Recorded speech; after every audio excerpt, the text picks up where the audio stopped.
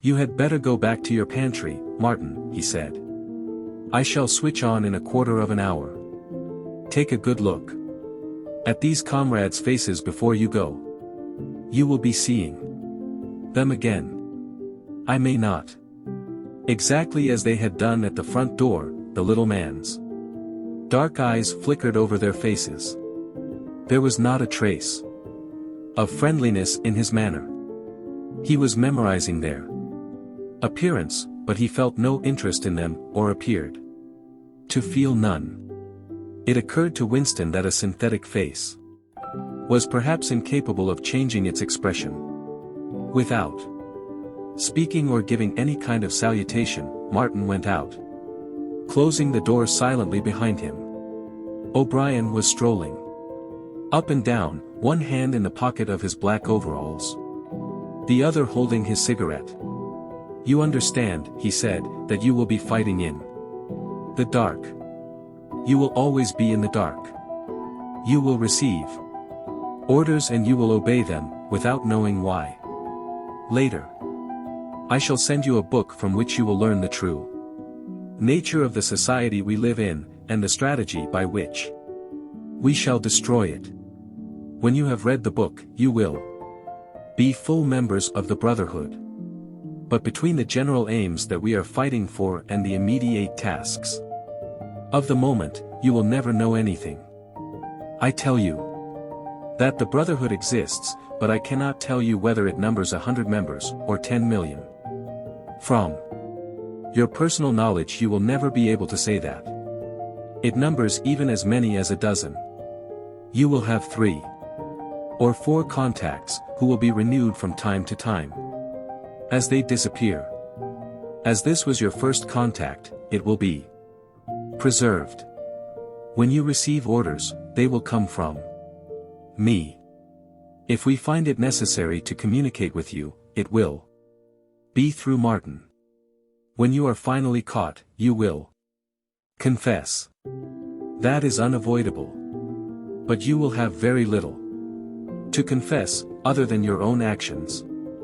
You will not be able to betray more than a handful of unimportant people. Probably you will not even betray me. By that time I may be dead, or I shall have become a different person, with a different face. He continued to move to and fro over the soft carpet. In spite of the bulkiness of his body, there was a remarkable grace in his movements. It came out even in the gesture with which he thrust a hand into his pocket, or manipulated a cigarette. More even than of strength, he gave an impression of confidence and of an understanding tinged by irony. However much in earnest he might be, he had nothing of the single-mindedness that belongs to a fanatic. When he spoke of murder, suicide, venereal disease, amputated limbs, and altered faces, it was with a faint air of persiflage. This is unavoidable, his voice seemed to say. This is what we have got to do, unflinchingly. But this is not what we shall be doing when life is worth living again. A wave of admiration, almost of worship, flowed out from Winston towards O'Brien. For the moment he had forgotten the shadowy figure of Goldstein. When you looked at O'Brien's powerful shoulders and his blunt-featured face, so ugly and yet so civilized, it was impossible to believe that he could be defeated. There was no stratagem that he was not equal to, no danger that he could not foresee.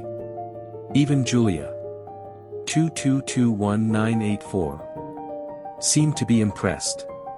She had let her cigarette go out and was listening intently. O'Brien went on. You will have heard rumors of the existence of the Brotherhood. No doubt you have formed your own picture of it. You have imagined, probably, a huge underworld of conspirators, meeting secretly in cellars, scribbling messages on walls, recognizing one another by code words or by special movements of the hand. Nothing of the kind exists. The members of the Brotherhood have no way of recognizing one another, and it is impossible for any one member to Be aware of the identity of more than a few others. Goldstein himself, if he fell into the hands of the thought police, could not give them a complete list of members or any information that would lead them to a complete list. No such list exists. The Brotherhood cannot be wiped out because it is not an organization in the ordinary sense. Nothing holds it together except an idea which is indestructible. You will never have anything to sustain you except the idea. You will get no comradeship and no encouragement. When finally you are caught, you will get no help. We never help our members. At most, when it is absolutely necessary that someone should be silenced, we are occasionally able to smuggle a razor blade into a prisoner's cell. You will have to get used to living without results and without hope. You will work for a while, you will be caught, you will confess. And then you will die. Those are the only results that you will ever see. There is no possibility that any perceptible change will happen within our own lifetime. We are the dead. Our only true life is in the future. We shall take part in it as handfuls of dust and splinters of bone. But how far away that future may be, there is no knowing. It might be 1,000 years.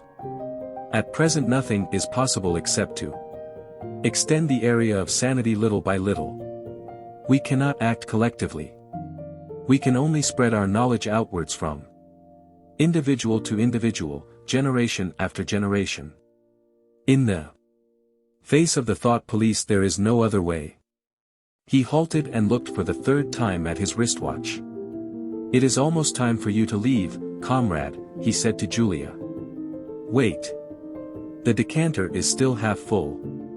He filled the glasses and raised his own glass by the stem. What shall it be this time, he said, still with the same faint suggestion of irony. To the confusion of the thought police. To the death of Big Brother. To humanity. To the future. To the past, said Winston. The past is more important, agreed O'Brien gravely.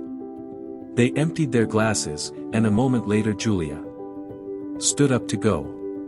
O'Brien took a small box from the top of a cabinet and handed her a flat white tablet which he told her to place on her tongue. It was important, he said, not to go out smelling of wine. The lift attendants were very observant. As soon as the door had shut behind her he appeared to forget her existence. He took another pace or two up and down, then stopped. There are details to be settled, he said. I assume that you have a hiding place of some kind. Winston explained about the room over Mr. Charrington's shop. That will do for the moment. Later we will arrange something else for you. It is important to change one's hiding place frequently. Meanwhile I shall send you a copy of the book. Even O'Brien, Winston noticed, seemed to pronounce the words as though they were in italics. Goldstein's book, you understand, as soon as possible. It may be some days before I can get hold of one. There are not many in existence, as you can imagine.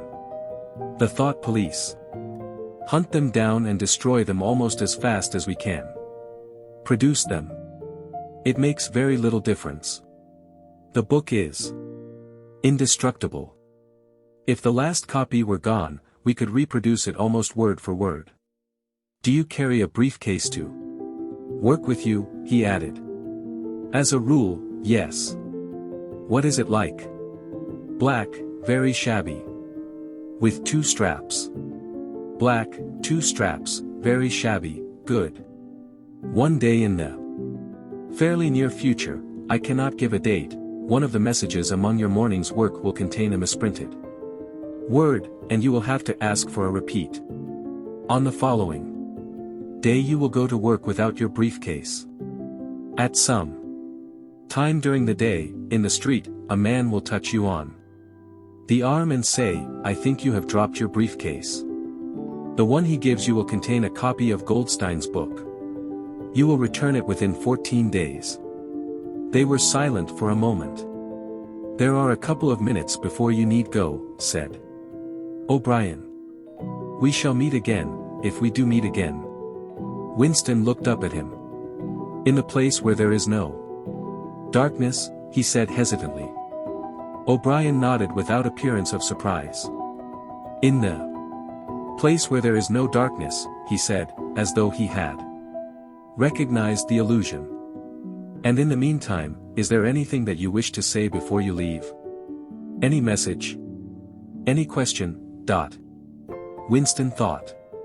There did not seem to be any further question that he wanted to ask, still less did he feel any impulse to utter high-sounding generalities. Instead of anything directly connected with O'Brien or the Brotherhood, there came into his mind a sort of composite picture of the dark bedroom where his mother had spent her last days, and the little room over Mr. Charrington's shop, and the glass paperweight, and the steel engraving in its rosewood frame. Almost at random he said, "Did you ever happen to hear an old rhyme that begins, 'Oranges and lemons, say the bells of St. Clement's'?" Again O'Brien nodded. With a sort of grave courtesy he completed the stanza. "Oranges and lemons, say the bells of St. Clement's. You owe me 3 farthings, say the bells of St. Martin's. When will you pay me? Say the bells of Old Bailey. When I grow rich, say the bells of Shoreditch." "You knew the last line," said Winston. "Yes, I knew the last line.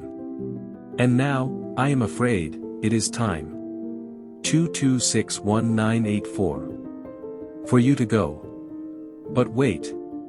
You had better let me give you one of these tablets." As Winston stood up, O'Brien held out a hand. His powerful grip crushed the bones of Winston's palm. At the door Winston looked back, but O'Brien seemed already to be in process of putting him out of mind. He was waiting, with his hand on the switch that controlled the telescreen.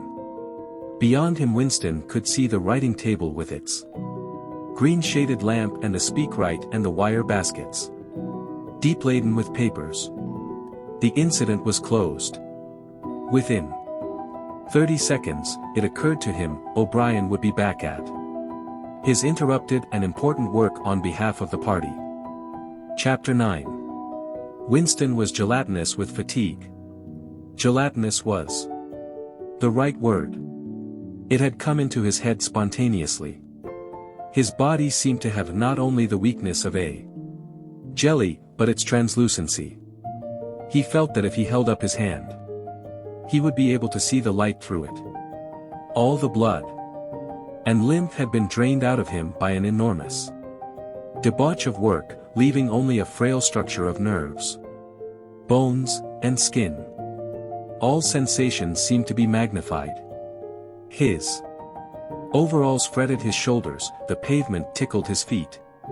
Even the opening and closing of a hand was an effort that made his joints creak. He had worked more than 90 hours in 5 days. So had everyone else in the ministry. Now it was all over, and he had literally nothing to do, no party work of any description, until tomorrow morning. He could spend 6 hours in the hiding place and another 9 in his own bed. Slowly, in mild afternoon sunshine, he walked up a dingy street in the direction of Mr. Charrington's shop, keeping one eye open for the patrols, but irrationally convinced that this afternoon there was no danger of anyone interfering with him. The heavy briefcase that he was carrying bumped against his knee at each step, sending a tingling sensation up and down the skin of his leg. Inside it was the book, which he had now had in his possession for 6 days and had not yet 2281984 opened, nor even looked at. On the 6th day of Hate Week, after the processions, the speeches, the shouting, the singing, the banners, the posters.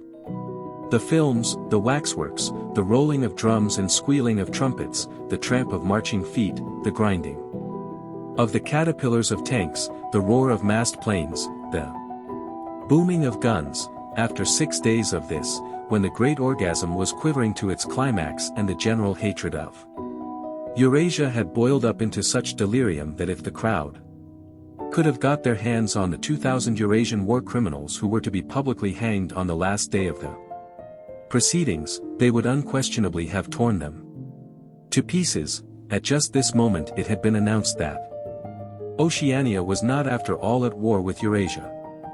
Oceania was at war with East Asia. Eurasia was an ally.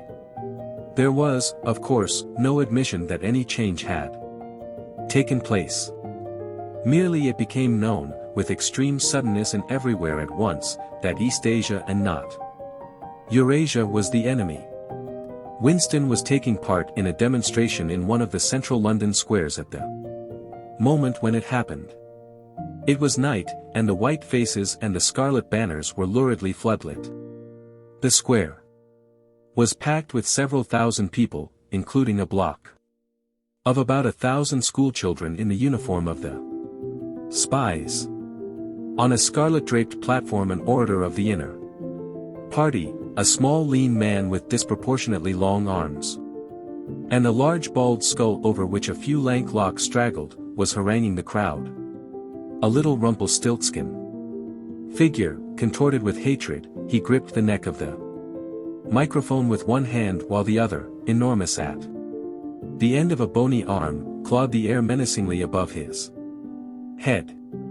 His voice, made metallic by the amplifiers, boomed forth an endless catalogue of atrocities, massacres, deportations, lootings, rapings, torture of prisoners, bombing of civilians, lying propaganda, unjust aggressions, broken treaties. It was almost impossible to listen to him without being first convinced and then maddened. At every few moments the fury of the crowd boiled over and the voice of the speaker was drowned by a wild beast-like roaring that rose uncontrollably from thousands of throats. The most savage yells of all came from the schoolchildren. The speech had been proceeding for perhaps 20 minutes when a messenger hurried on to the platform and a scrap of paper was slipped into the speaker's hand. He unrolled and read it. Without pausing in his speech. Nothing altered in his voice or manner, or in the content of what he was saying, but suddenly the names were different. Without word said, a wave of understanding rippled through the crowd. Oceania was at war with East Asia. The next moment there was a tremendous commotion. The banners and posters with which the square was decorated were all wrong. Quite half of them had the wrong faces on them. It was sabotage. The agents of Goldstein had been at work. There was a riotous interlude. While posters were ripped from the walls, banners torn to shreds and trampled underfoot. The spies performed prodigies of activity in clambering over the rooftops and cutting the streamers that fluttered from the chimneys. But within 2 or 3 minutes it was all over. The orator, still gripping 2301984. The neck of the microphone, his shoulders hunched forward. His free hand clawing at the air, had gone straight on with his speech.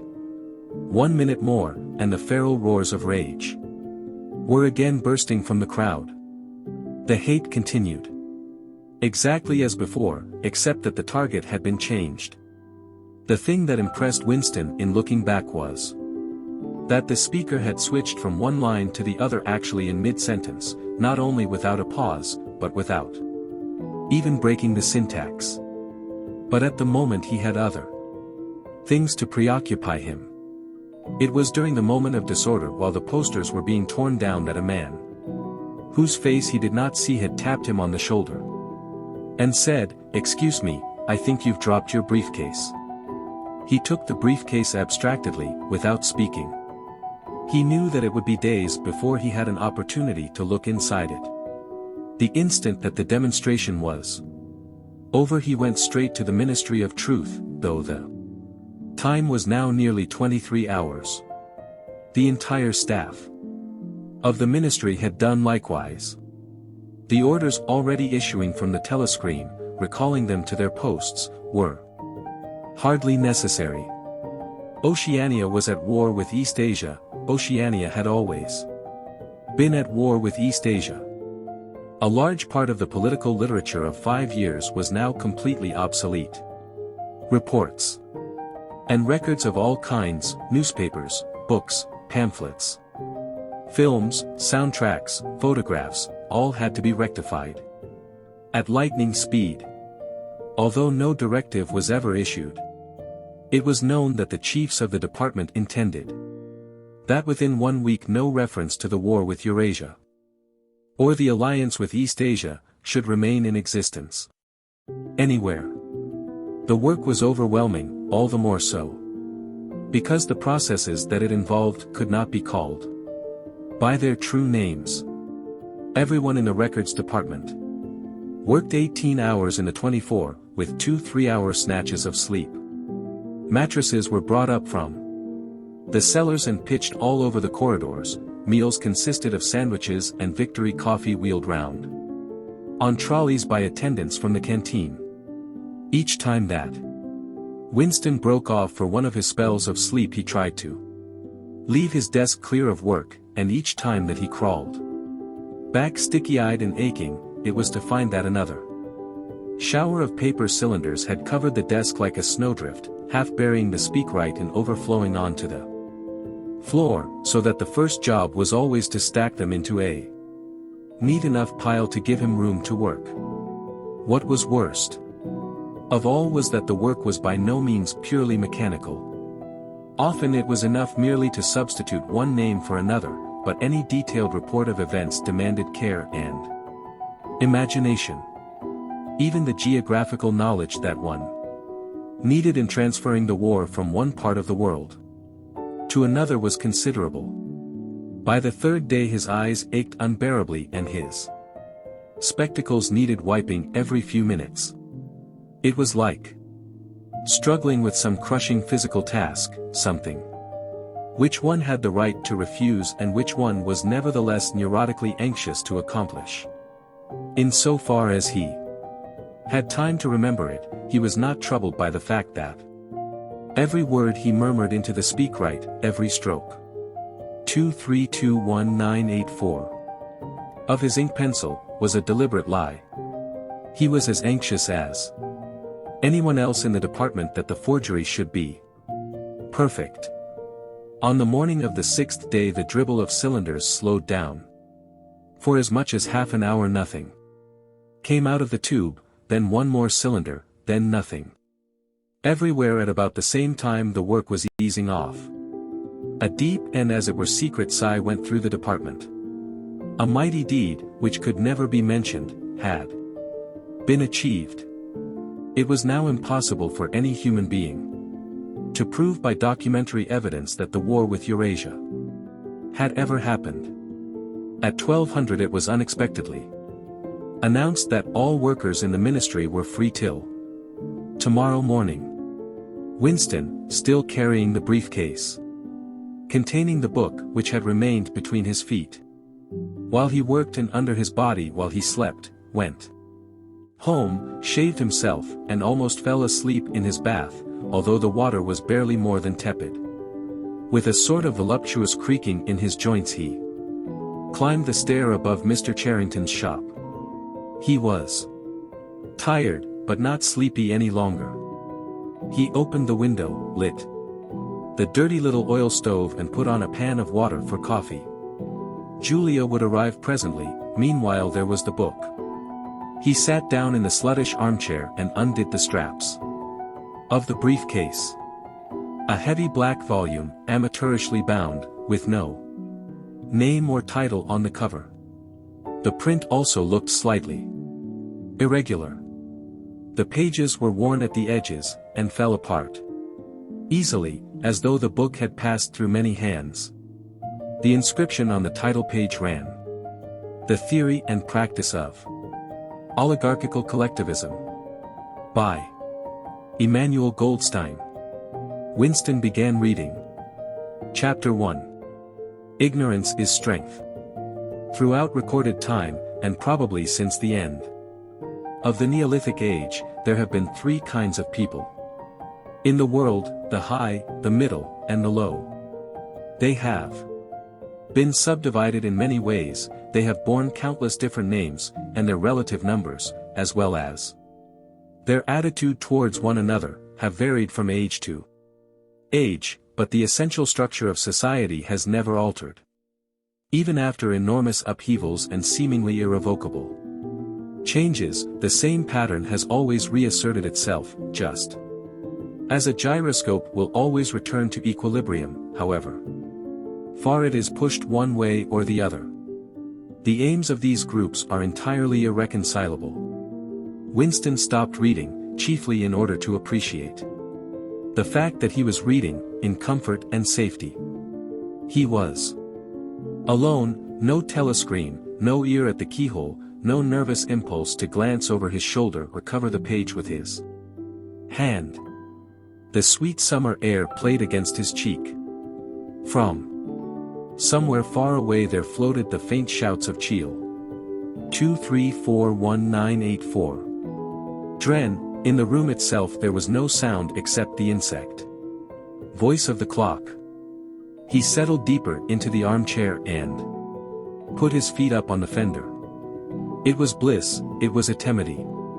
Suddenly, as one sometimes does with a book of which one knows that one will ultimately read and reread every word, he opened it at a different place and found himself at Chapter 3. He went on reading. Chapter 3. War is Peace. The splitting up of the world into three great superstates was an event which could be and indeed was foreseen before the middle of the 20th century. With the absorption of Europe by Russia and of the British Empire by the United States, two of the three existing powers, Eurasia and Oceania, were already effectively in being. The third, East Asia, only emerged as a distinct unit after another decade of confused fighting. The frontiers between the three superstates are in some places arbitrary, and in others they fluctuate according to the fortunes of war, but in general they follow geographical lines. Eurasia comprises the whole of the northern part of the European and Asiatic landmass, from Portugal to the Bering Strait. Oceania comprises the Americas, the Atlantic Islands including the British Isles, Australasia, and the southern portion of Africa.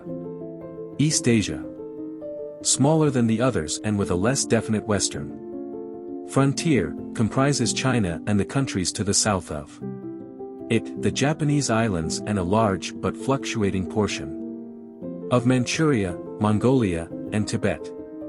In one combination or another, these three superstates are permanently at war, and have been so for the past 25 years. War, however, is no longer the desperate, annihilating struggle that it was in the early decades of the 20th century.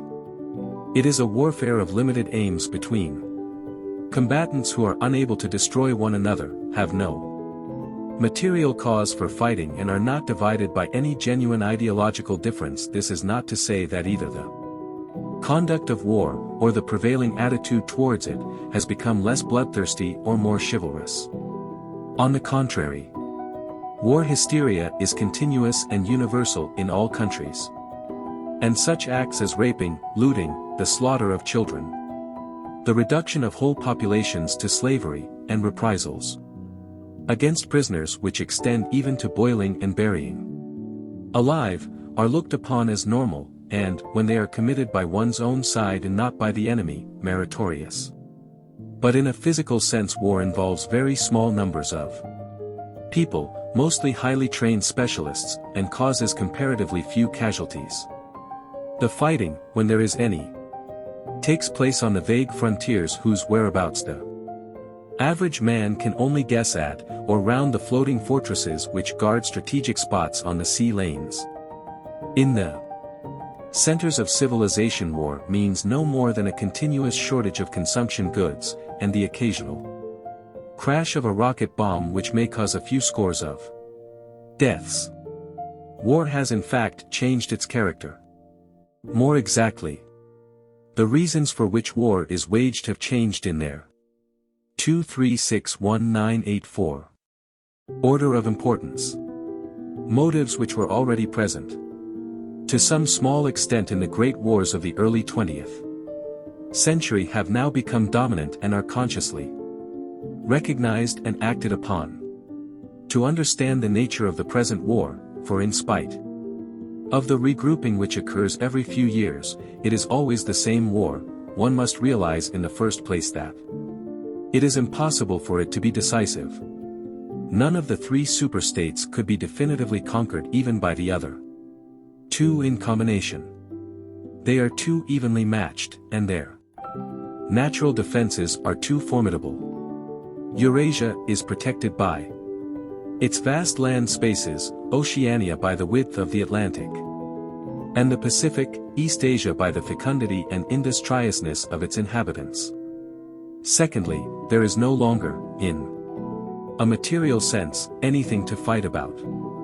With the establishment of self-contained economies, in which production and consumption are geared to one another, the scramble for markets, which was a main cause of previous wars, has come to an end, while the competition for raw materials is no longer a matter of life and death. In any case, each of the three superstates is so vast that it can obtain almost all the materials that it needs within its own boundaries. In so far as the war has a direct economic purpose, it is a war for labor power.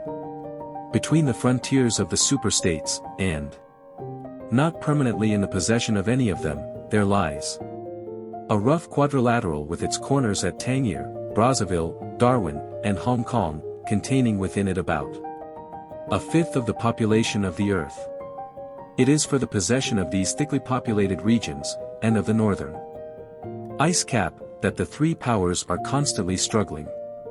In practice, no one power ever controls the whole of the disputed area.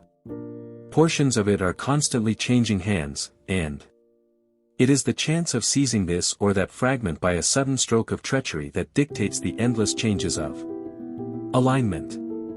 All of the disputed territories contain valuable minerals, and some of them yield important vegetable products such as rubber, which in colder climates it is necessary to synthesize by comparatively expensive methods. But above all, they contain a bottomless reserve of cheap labor. Whichever power controls equatorial Africa, or the countries of the Middle East, or southern India, or the Indonesian archipelago, disposes also of the bodies of scores or hundreds of millions of ill-paid and hardworking coolies. The inhabitants of these areas, reduced more or less openly to the status of slaves, pass continually from conqueror to conqueror, and are expended like so much coal or oil in the race to turn out more armaments, to capture more territory, to control more labor power, to turn out more armaments, to capture more territory, and so on indefinitely. It should be noted that the fighting never really moves beyond the edges of the disputed areas. The frontiers of Eurasia flow back and forth between the basin of the Congo and the northern shore of the Mediterranean. The islands of the Indian Ocean and the Pacific are constantly being captured and recaptured by Oceania or by East Asia. In Mongolia, the dividing line between Eurasia and East Asia is never stable. Round the pole, all three powers lay claim to enormous territory. 2381984 territories which in fact are largely uninhabited and unexplored. But the balance of power always remains roughly even, and the territory which forms the heartland of each superstate always remains inviolate. Moreover, the labor of the exploited peoples round the equator is not really necessary to the world's economy. They add nothing to the wealth of the world, since whatever they produce is used for purposes of war, and the object of waging a war is always to be in a better position in which to wage another war. By their labor, the slave populations allow the tempo of continuous warfare to be speeded up. But if they did not exist, the structure of world society, and the process by which it maintains itself, would not be essentially different. The primary aim of modern warfare, in accordance with the principles of doublethink, this aim is simultaneously recognized and not recognized by the directing brains of the inner party, is to use up the products of the machine without raising the general standard of living. Ever since the end of the 19th century, the problem of what to do with the surplus of consumption goods has been latent in industrial society. At present, when few human beings even have enough to eat, this problem is obviously not urgent, and it might not have become so, even if no artificial processes of destruction had been at work. The world of today is a bare, hungry, dilapidated place compared with the world that existed before 1914, and still more so if compared with the imaginary future to which the people of that period looked forward. In the early 20th century, the vision of a future society unbelievably rich, leisured, orderly, and efficient, a glittering antiseptic world of glass and steel and snow-white concrete, was part of the consciousness of nearly every literate person. Science and technology were developing at a prodigious speed, and it seemed natural to assume that they would go on developing. This failed to happen, partly because of the impoverishment caused by a long series of wars and revolutions, partly because scientific and technical progress depended on the empirical habit of thought, which could not survive in a strictly regimented society. As a whole, the world is more primitive today than it was 50 years ago. Certain backward areas have advanced, and various devices, always in some way connected with warfare and police espionage, have been developed, but experiment and invention have largely stopped, and the ravages of the atomic war of the 1950s have never been fully repaired. Nevertheless, the dangers inherent in the machine are still there. From the moment when the machine first made its appearance, it was clear to all thinking people that the need for human drudgery, and therefore to a great extent for human inequality, had disappeared. If the machine were used deliberately for that end, hunger, overwork, dirt, illiteracy, and disease could be eliminated within a few generations. And in fact, without being used for any such purpose, but by a sort of automatic process.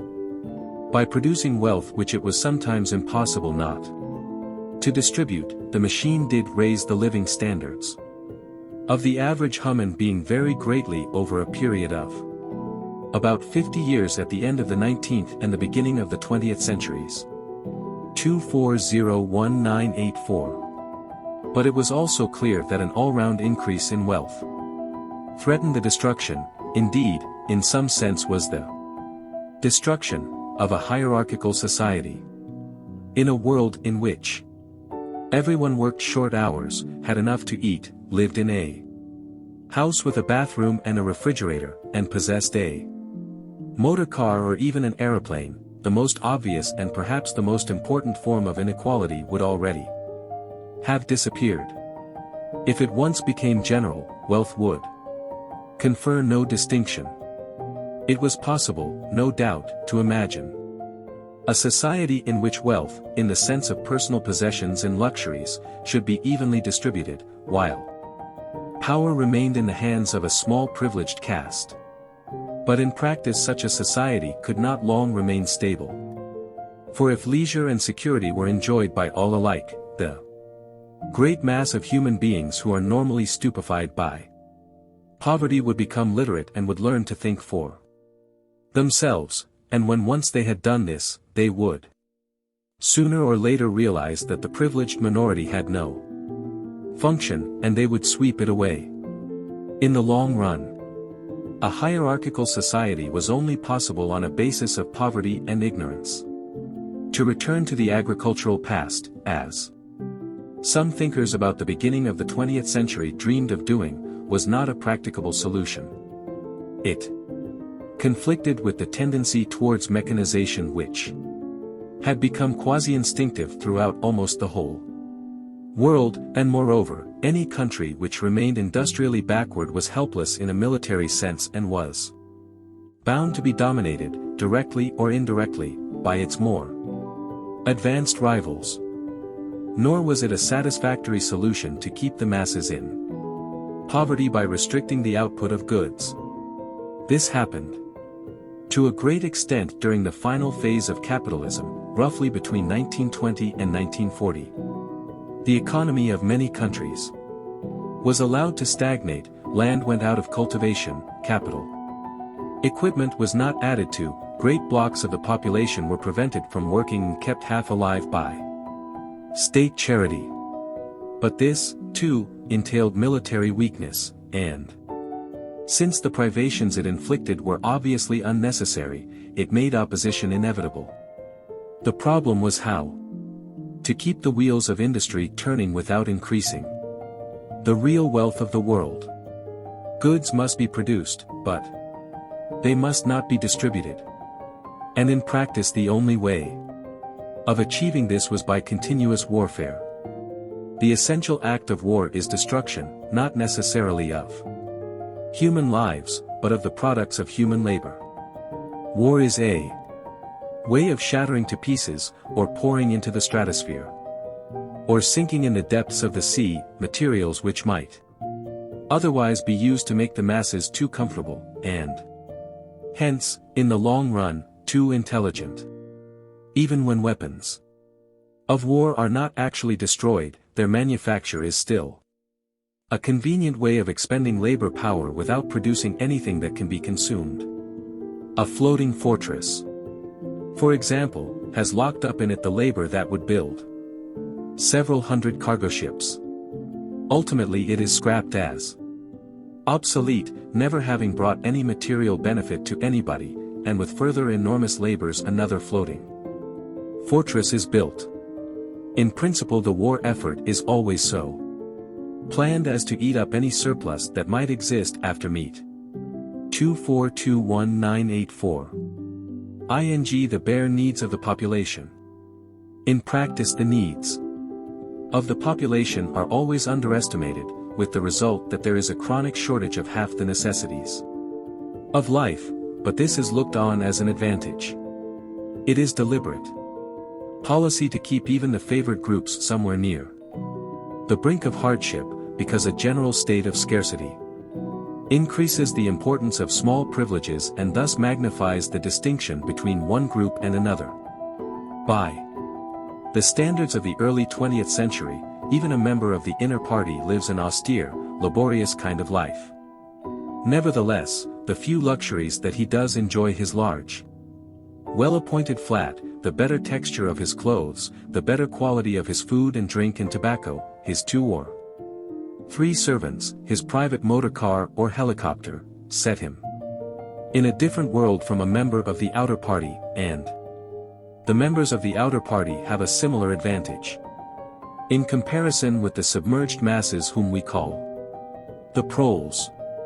The social atmosphere is that of a besieged city, where the possession of a lump of horseflesh makes the difference between wealth and poverty. And at the same time, the consciousness of being at war, and therefore in danger, makes the handing over of all power to a small caste seem the natural, unavoidable condition of survival. War, it will be seen, accomplishes the necessary destruction, but accomplishes it in a psychologically acceptable way. In principle it would be quite simple to waste the surplus labor of the world by building temples and pyramids, by digging holes and filling them up again, or even by producing vast quantities of goods and then setting fire to them. But this would provide only the economic and not the emotional basis for a hierarchical society. What is concerned here is not the morale of masses, whose attitude is unimportant so long as they are kept steadily at work, but the morale of the party itself. Even the humblest party member is expected to be competent, industrious, and even intelligent within narrow limits, but it is also necessary that he should be a credulous and ignorant fanatic whose prevailing moods are fear, hatred, adulation, and orgiastic triumph. In other words, it is necessary that he should have the mentality appropriate to a state of war. It does not matter whether the war is actually happening, and, since no decisive victory is possible, it does not matter whether the war is going well or badly. All that is needed is that a state of war should exist. The splitting of the intelligence which the party requires of its members, and which is more easily achieved in an atmosphere of war, is now almost universal, but the higher up the ranks one goes, the more marked it becomes. It is precisely in the inner party that war hysteria and hatred of the enemy are strongest. In his capacity as an administrator, it is often necessary for a member of the inner party to know that this or that item of war news is untruthful, and he may often be aware that the entire war is spurious and is either not happening or is being waged for purposes quite other than the declared ones, but such knowledge is easily neutralized by the technique of doublethink. Meanwhile, no inner party member wavers for an instant in his mystical belief that the war is real, and that it is bound to end victoriously, with Oceania the undisputed master of 2441984. The entire world. All members of the inner party believe in this coming conquest as an article of faith. It is to be achieved either by gradually acquiring more and more territory and so building up an overwhelming preponderance of power, or by the discovery of some new and unanswerable weapon. The search for new weapons continues unceasingly, and is one of the very few remaining activities in which the inventive or speculative type of mind can find any outlet. In Oceania at the present day, science, in the old sense, has almost ceased to exist. In newspeak there is no word for science. The empirical method of thought, on which all the scientific achievements of the past were founded, is opposed to the most fundamental principles of ingsoc. And even technological progress only happens when its products can in some way be used for the diminution of human liberty. In all the useful arts the world is either standing still or going backwards. The fields are cultivated with horseplows, while books are written by machinery. But in matters of vital importance, meaning, in effect, war and police espionage, the empirical approach is still encouraged, or at least tolerated. The two aims of the party are to conquer the whole surface of the earth and to extinguish once and for all the possibility of independent thought. There are therefore two great problems which the party is concerned to solve. One is how to discover, against his will, what another human being is thinking, and the other is how to kill several 100,000,000 people in a few seconds without giving warning beforehand. In so far as scientific research still continues, this is its subject matter. The scientist of today is either a mixture of psychologist and inquisitor, studying with real ordinary minuteness the meaning of facial expressions, gestures, and tones of voice, and testing the truth-producing effects of drugs, shock therapy, hypnosis, and physical torture, or he is chemist, physicist, or biologist concerned only with such branches of his special subject as are relevant to the taking of life. In the vast laboratories of the Ministry of Peace, and in the experimental stations hidden in the Brazilian forests, or in the Australian desert, or on lost islands of the Antarctic, the teams of experts are indefatigably at work.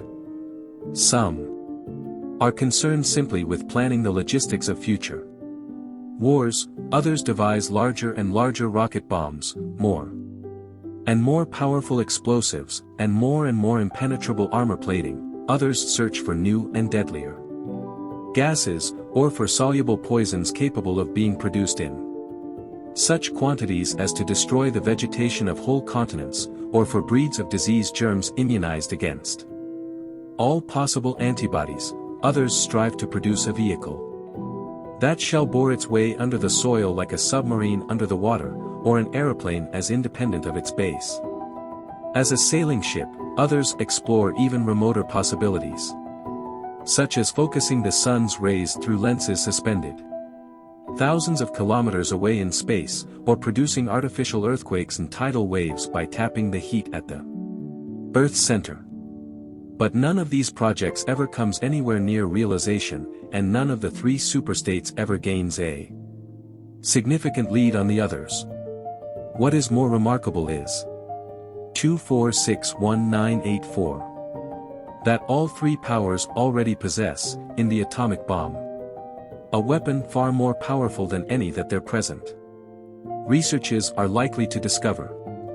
Although the party, according to its habit, claims the invention for itself, atomic bombs first appeared as early as the 1940s, and were first used on a large scale about 10 years later.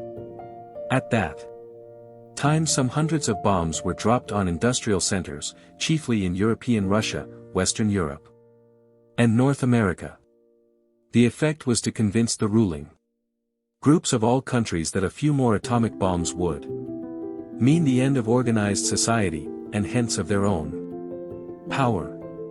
Thereafter, although no formal agreement was ever made or hinted at, no more bombs were dropped. All three powers merely continue to produce atomic bombs and store them up against the decisive opportunity which they all believe will come sooner or later. And meanwhile the art of war has remained almost stationary for 30 or 40 years. Helicopters are more used than they were formerly.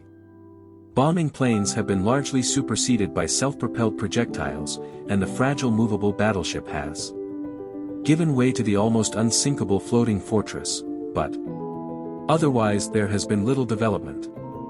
The tank, the submarine, the torpedo, the machine gun, even the rifle and the hand grenade are still in use. And in spite of the endless slaughters reported in the press and on the telescreens, the desperate battles of earlier wars, in which hundreds of thousands or even millions of men were often killed in a few weeks, have never been repeated. None of the three superstates ever attempts any maneuver which involves the risk of serious defeat. When any large operation is undertaken, it is usually a surprise attack against an ally. The strategy that all three powers are following, or pretend to themselves that they are following, is the same. The plan is, by a combination of fighting, bargaining, and well-timed strokes of treachery, to acquire a ring of bases completely encircling one or other of the rival states, and then to sign a pact of friendship with that rival and remain on peaceful terms for so many years as to lull suspicion to sleep. During this time rockets loaded with atomic bombs can be assembled at all the strategic spots. Finally they will all be fired simultaneously, with effects so devastating as to make retaliation impossible. It will then be time to sign a pact of friendship with the remaining world power, in preparation for another attack. This scheme, it is hardly necessary to say, is a mere daydream, impossible of realization. Moreover, no fighting ever occurs except in the disputed areas round the equator and the pole. No invasion of enemy territory is ever undertaken. This explains the fact that in some places the frontiers between the superstates are arbitrary. Eurasia, for example, could easily conquer the British Isles, which are geographically part of Europe, or on the other hand it would be possible for Oceania to push its frontiers to the Rhine or even to the Vistula. But this would violate the principle, followed on all sides though never formulated, of cultural integrity. If Oceania were to conquer the areas that used once to be known as France and Germany, it would be necessary either to exterminate the inhabitants, a task of great physical difficulty, or to Assami. 2481984. Laid a population of about 100 million people, who, so far as technical development goes, are roughly on the oceanic level. The problem is the same for all three superstates. It is absolutely necessary to their structure that there should be no contact with foreigners, except, to a limited extent, with war prisoners and colored slaves. Even the official ally of the moment is always regarded with the darkest suspicion. War prisoners apart, the average citizen of Oceania never sets eyes on a citizen of either Eurasia or East Asia. And he is forbidden the knowledge of foreign languages. If he were allowed contact with foreigners, he would discover that they are creatures similar to himself and that most of what he has been told about them is lies. The sealed world in which he lives would be broken, and the fear, hatred, and self-righteousness on which his morale depends might evaporate. It is therefore realized on all sides that however often Persia, or Egypt, or Java, or Ceylon may change hands, the main frontiers must never be crossed by anything except bombs. Under this lies a fact never mentioned aloud, but tacitly understood and acted upon, namely, that the conditions of life in all three superstates are very much the same. In Oceania the prevailing philosophy is called Ingsoc, in Eurasia it is called Neo-Bolshevism, and in East Asia it is called Bai. A Chinese name usually translated as death worship, but perhaps better rendered as obliteration of the self. The citizen of Oceania is not allowed to know anything of the tenets of the other two philosophies, but he is taught to execrate them as barbarous outrages upon morality and common sense. Actually, the three philosophies are barely distinguishable, and the social systems which they support are not distinguishable at all. Everywhere there is the same pyramidal structure, the same worship of semi-divine leader, the same economy existing by and for continuous warfare. It follows that the three superstates not only cannot conquer one another, but would gain no advantage by doing so. On the contrary, so long as they remain in conflict they prop one another up, like three sheaves of corn. And, as usual, the ruling groups of all three powers are simultaneously aware and unaware of what they are doing. Their lives are dedicated to world conquest, but they also know that it is necessary that the war should continue everlastingly and without victory. Meanwhile, the fact that there is no danger of conquest makes possible the denial of reality, which is the special feature of Ingsoc and its rival systems of thought. Here it is necessary to repeat what has been said earlier, that by becoming continuous war has fundamentally changed its character. In past ages, a war, almost by definition, was something that sooner or later came to an end, usually in unmistakable victory or defeat. In the past, also, war was one of the main instruments by which human societies were kept in touch with physical reality. All rulers in all ages have tried to impose a false view of the world upon their followers, but they could not afford to encourage any illusion that tended to impair military efficiency.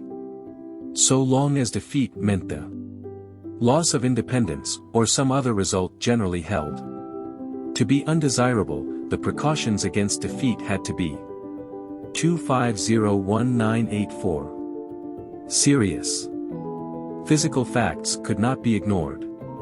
In philosophy, or religion, or ethics, or politics, 2 and 2 might make 5, but when one was designing a gun or an aeroplane they had to make 4.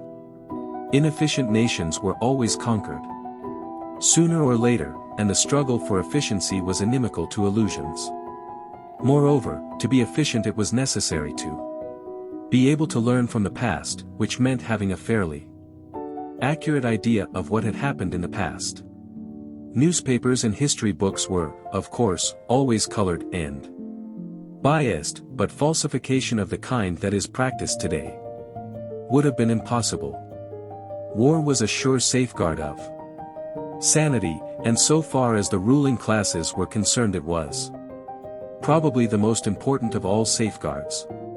While wars could be won or lost, no ruling class could be completely irresponsible.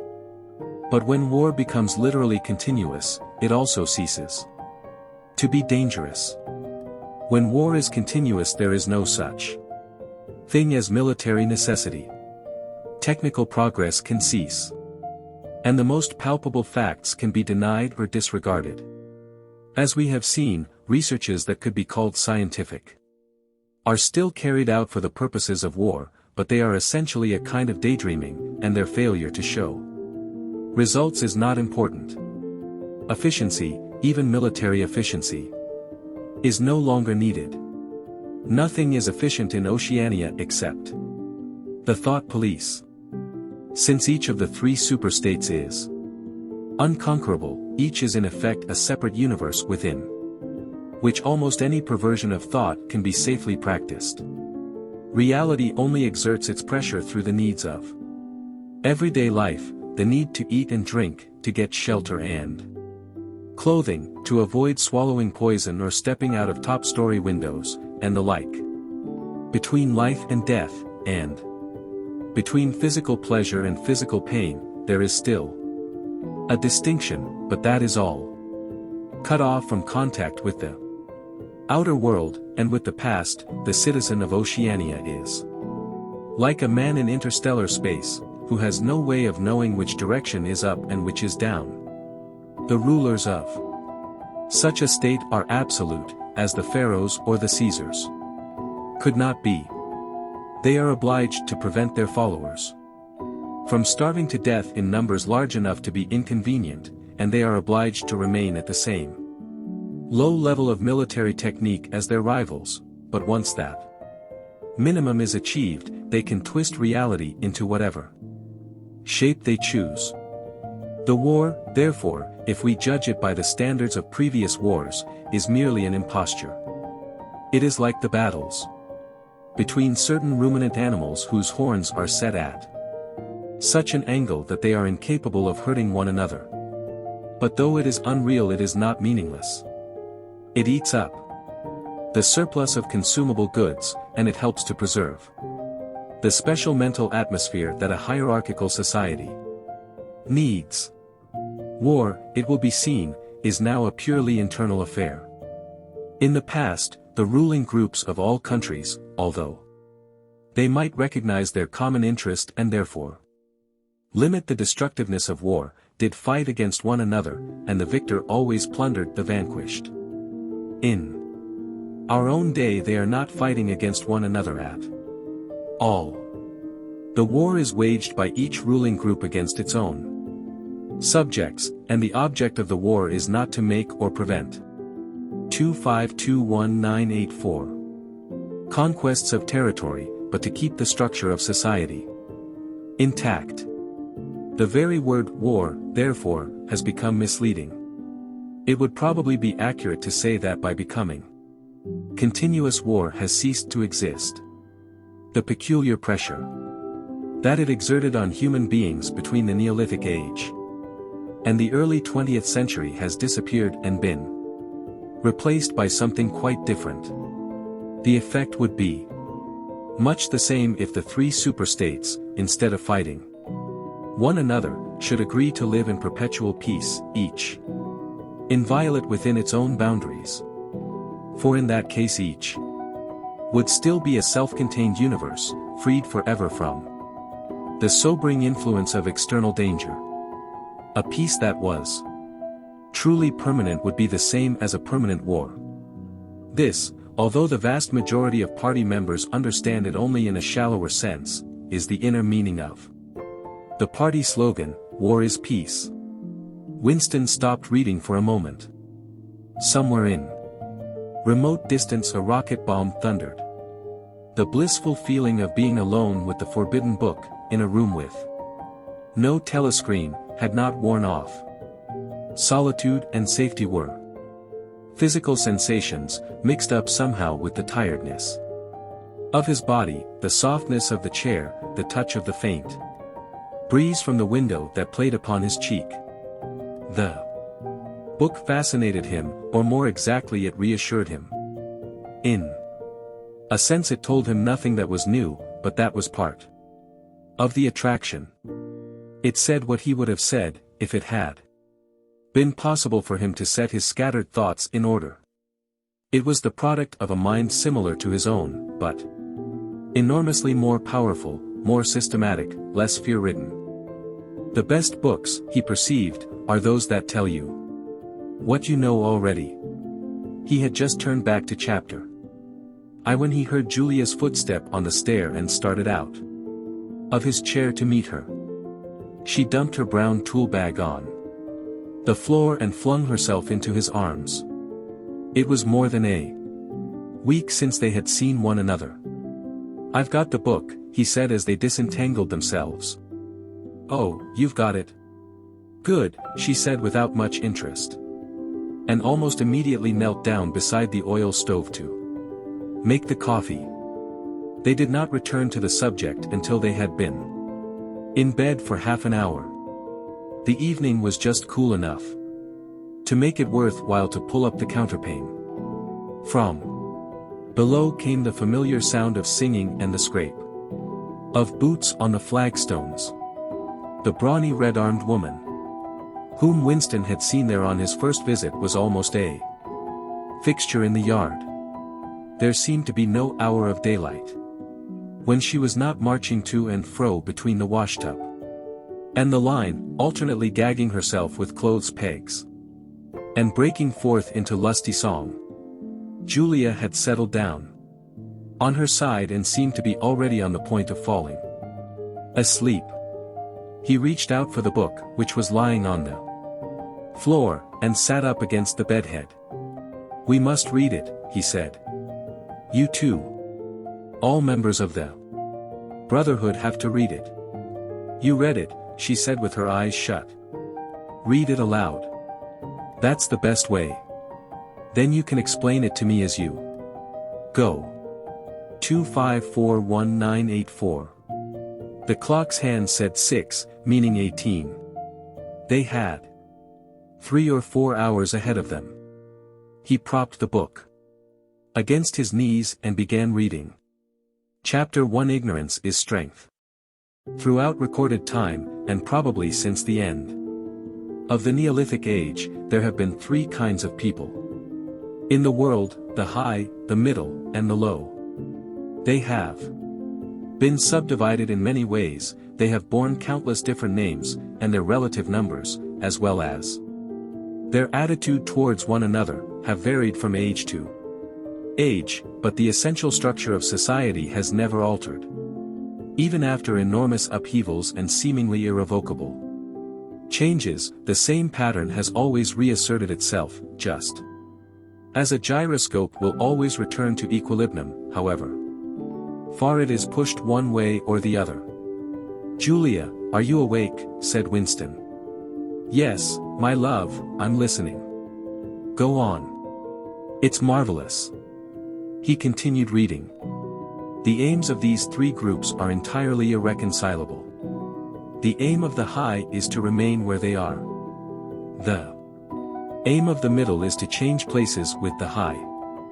The aim of the low, when they have an aim, for it is an abiding characteristic of the low that they are too much crushed by drudgery to be more than intermittently conscious of anything outside their daily lives, is to abolish all distinctions and create a society in which all men shall be equal.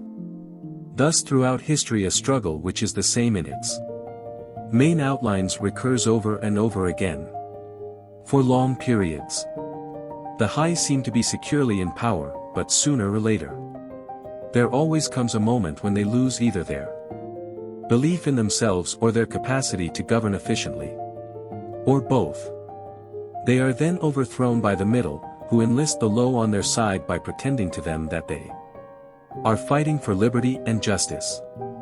As soon as they have reached their objective, the middle thrust the low back into their old position of servitude, and themselves become the high.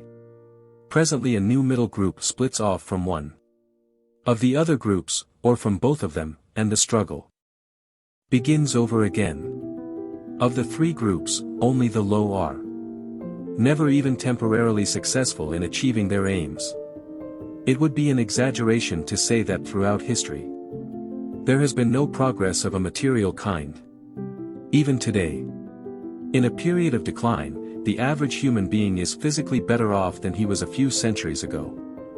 But no advance in wealth, no softening of manners, no reform or revolution has ever brought human equality a millimeter nearer. From the point of view of the low, no historic change has ever meant much more than a change in the name of their masters. By the late 19th century the recurrence of this pattern had become obvious to many observers. There then rose schools of thinkers who interpreted history as a cyclical process and claimed to show that inequality was the unalterable law of human life. This doctrine, of course, had always had its adherents, but in the manner in which it was now put forward there was a significant change. In the past, the need for a hierarchical form of society had been the doctrine specifically of the high. It had been preached by kings 2561984 and aristocrats, and by the priests, lawyers, and the like who were parasitical upon them, and it had generally been softened by promises of compensation in an imaginary world beyond the grave. The middle, so long as it was struggling for power, had always made use of such terms as freedom, justice, and fraternity. Now, however, the concept of human brotherhood began to be assailed by people who were not yet in positions of command, but merely hoped to be so. Before long, in the past the middle had made revolutions under the banner of equality, and then had established a fresh tyranny as soon as the old one was overthrown. The new middle groups in effect proclaimed their tyranny beforehand. Socialism, a theory which appeared in the early 19th century and was the last link in a chain of thought stretching back to the slave rebellions of antiquity, was still deeply infected by the utopianism of past ages. But in each variant of socialism that appeared from about 1900 onwards, the aim of establishing liberty and equality was more and more openly abandoned. The new movements, which appeared in the middle years of the century, Ingsoc in Oceania, Neo-Bolshevism in Eurasia, death worship, as it is commonly called, in East Asia, had the conscious aim of perpetuating freedom and inequality. These new movements, of course, grew out of the old ones intended to keep their names and pay lip service to their ideology. But the purpose of all of them was to arrest progress and freeze history at a chosen moment. The familiar pendulum swing was to happen once more, and then stop. As usual, the high were to be turned out by the middle, who would then become the high. But this time, by conscious strategy, the high would be able to maintain their position permanently. The new doctrines arose partly because of the accumulation of historical knowledge, and the growth of the historical sense, which had hardly existed before the 19th century. The cyclical movement of history was now intelligible, or appeared to be so, and if it was intelligible, then it was alterable. But the principal, underlying cause was that, as early as the beginning of the 20th century, human equality had become technically possible. It was still true that men were not equal in their native talents, and that functions had to be specialized in ways that favored some individuals against others, but there was no longer any real need for class distinctions or for large differences of wealth. In earlier ages, class distinctions had been not only inevitable but desirable. Inequality was the price of civilization. With the development of machine production, however, the case was altered. Even if it was still necessary for human beings to do different kinds of work, it was no longer necessary for them to live at different social or economic levels. Therefore, from the point of view of the new groups who were on the point of seizing power, human equality was no longer an ideal to be striven after, but a danger to be averted. In more primitive ages, when a just and peaceful society was in fact not possible, it had been fairly easy to believe it. The idea of an earthly paradise in which men should live together in a state of brotherhood, without laws and without brute labor, had haunted the human imagination for 2581984 thousands of years. And this vision had had a certain hold even on the groups who actually profited by each historical change. The heirs of the French, English, and American revolutions had partly believed in their own phrases about the rights of man, freedom of speech, equality before the law, and the like, and have even allowed their conduct to be influenced by them to some extent. But by the fourth decade of the 20th century, all the main currents of political thought were authoritarian. The earthly paradise had been discredited at exactly the moment when it became realizable. Every new political theory, by whatever name it called itself, led back to hierarchy and regimentation.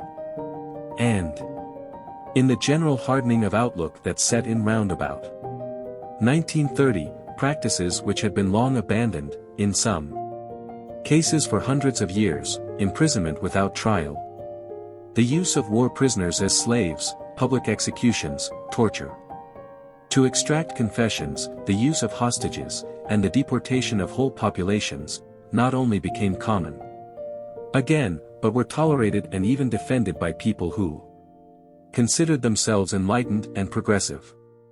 It was only after a decade of national wars, civil wars, revolutions, and counter-revolutions in all parts of the world that INGSOC and its rivals emerged as fully worked-out political theories. But they had been foreshadowed by the various systems, generally called totalitarian, which had appeared earlier in the century, and the main outlines of the world which would emerge from the prevailing chaos had long been obvious. What kind of people would control this world had been equally obvious. The new aristocracy was made up for the most part of bureaucrats, scientists, technicians, trade union organizers, publicity experts, sociologists, teachers, journalists, and professional politicians.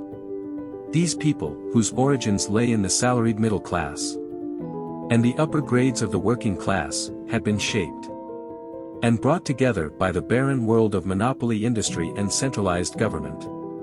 As compared with their opposite numbers in past ages, they were less avaricious, less tempted by luxury, hungrier for pure power, and, above all, more conscious of what they were doing and more intent on crushing opposition. This last difference was cardinal. By comparison with that existing today, all the tyrannies of the past were half-hearted and inefficient. The ruling groups were always infected to some extent by liberal ideas, and were content to leave loose ends everywhere, to regard only the overt act and to be uninterested in what their subjects were thinking. Even the Catholic Church of the Middle Ages was tolerant by modern standards. Part of the reason for this was that in the past no government had the power to keep its citizens under constant surveillance. The invention of print, however, made it easier to manipulate public opinion, and the film and the radio carried the process further.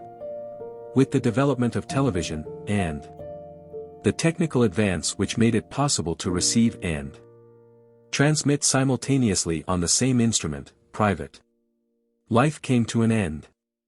Every citizen, or at least every citizen important enough to be worth watching, could be kept for 24 hours a day under the eyes of the police and in The sound of official propaganda, with all other channels.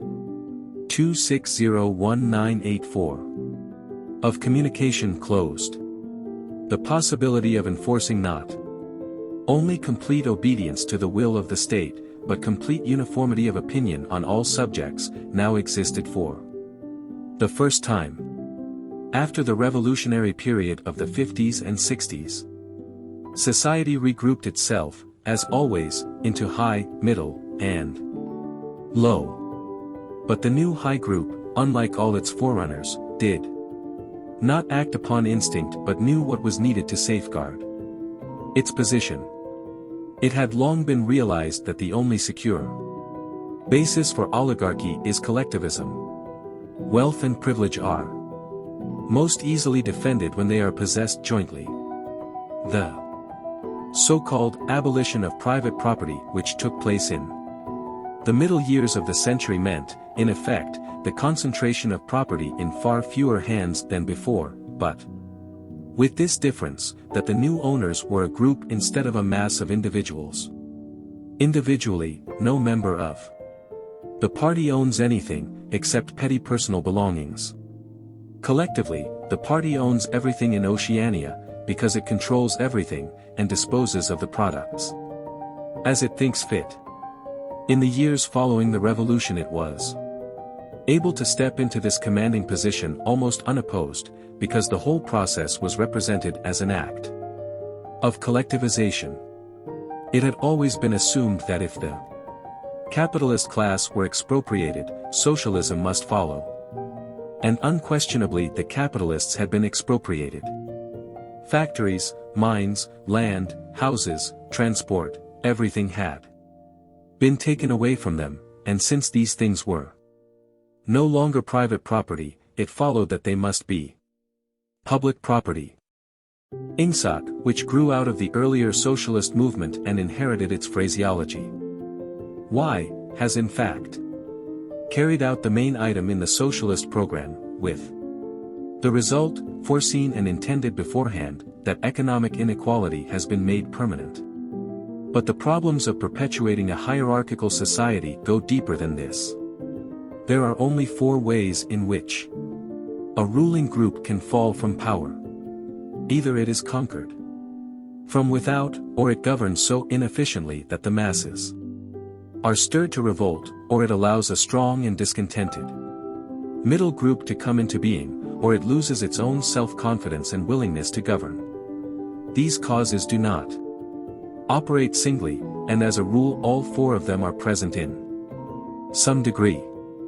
A ruling class which could guard against all of them would remain in power permanently. Ultimately, the determining factor is the mental attitude of the ruling class itself. After the middle of the present century, the first danger had in reality disappeared. Each of the 3 powers which now divide the world is in fact unconquerable, and could only become conquerable through slow demographic changes which a government with wide powers can easily avert. The second danger, also, is only a theoretical one. The masses never revolt of their own accord, and they never revolt merely because they are oppressed. Indeed, so long as they are not permitted to have standards of comparison, they never even become aware that they are oppressed. The recurrent economic crises of past times were totally unnecessary and are not now permitted to happen, but other and equally large dislocations can and do happen without. 2621984. Having political results, because there is no way in which discontent can become articulate. As for the problem of overproduction, which has been latent in our society since the development of machine technique, it is solved by the device of continuous warfare, see Chapter 3, which is also useful in keying up public morale to the necessary pitch. From the point of view of our present rulers, therefore, the only genuine dangers are the splitting off of a new group of able, underemployed, power-hungry people, and the growth of liberalism and skepticism in their own ranks. The problem, that is to say, is educational. It is a problem of continuously molding the consciousness both of the directing group and of the larger executive group that lies immediately below it. The consciousness of the masses needs only to be influenced in a negative way. Given this background, one could infer, if one did not know it already, the general structure of oceanic society. At the apex of the pyramid comes Big Brother. Big Brother is infallible and all-powerful. Every success, every achievement, every victory, every scientific discovery, all knowledge, all wisdom, all happiness, all virtue, are held to issue directly from his leadership and inspiration. Nobody has ever seen Big Brother. He is a face on the hoardings, a voice on the telescreen. We may be reasonably sure that he will never die. And there is already considerable uncertainty as to when he was born. Big Brother is the guise in which the party chooses to exhibit itself to the world.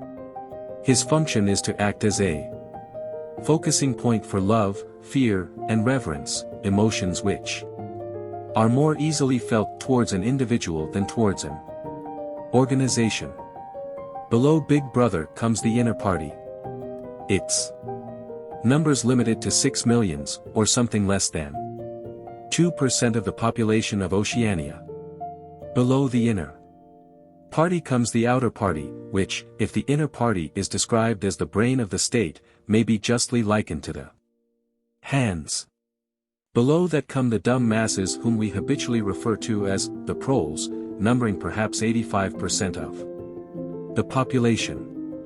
In the terms of our earlier classification, the proles are the low, for the slave population of the equatorial lands who pass constantly from conqueror to conqueror, are not a permanent or necessary part of the structure.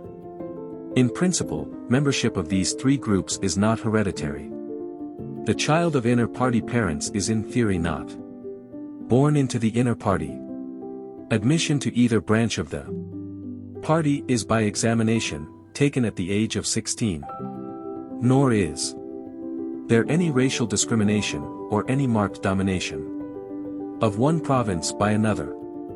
Jews, Negroes, South Americans of pure Indian blood are to be found in the highest ranks of the party, and the administrators of any area are always drawn from the inhabitants of that area.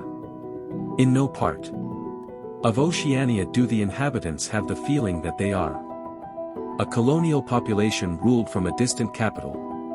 Oceania has no capital, and its titular head is a person whose whereabouts nobody knows, except that English is its chief lingua franca and you speak its official language. It is not centralized in any way. Its rulers are not held together by blood ties but by adherence to a common doctrine. It is true that our society is stratified, and very rigidly stratified, on what at first sight appear to be hereditary lines. 2641984. There is far less to and fro movement between the different groups than happened under capitalism or even in the pre-industrial age. Between the two branches of the party, there is a certain amount of interchange, but only so much as will ensure that weaklings are excluded from the inner party and that ambitious members of the outer party are made harmless by allowing them to rise. Proletarians, in practice, are not allowed to graduate into the party. The most gifted among them, who might possibly become nuclei of discontent, are simply marked down by the thought police and eliminated. But this state of affairs is not necessarily permanent, nor is it a matter of principle. The party is not a class in the old sense of the word. It does not aim at transmitting power to its own children, as such, and if there were no other way of keeping the ablest people at the top, it would be perfectly prepared to recruit an entire new generation from the ranks of the proletariat. In the crucial years, the fact that the party was not a hereditary body did a great deal to neutralize opposition. The older kind of socialist, who had been trained to fight against something called class privilege, assumed that what is not hereditary cannot be permanent.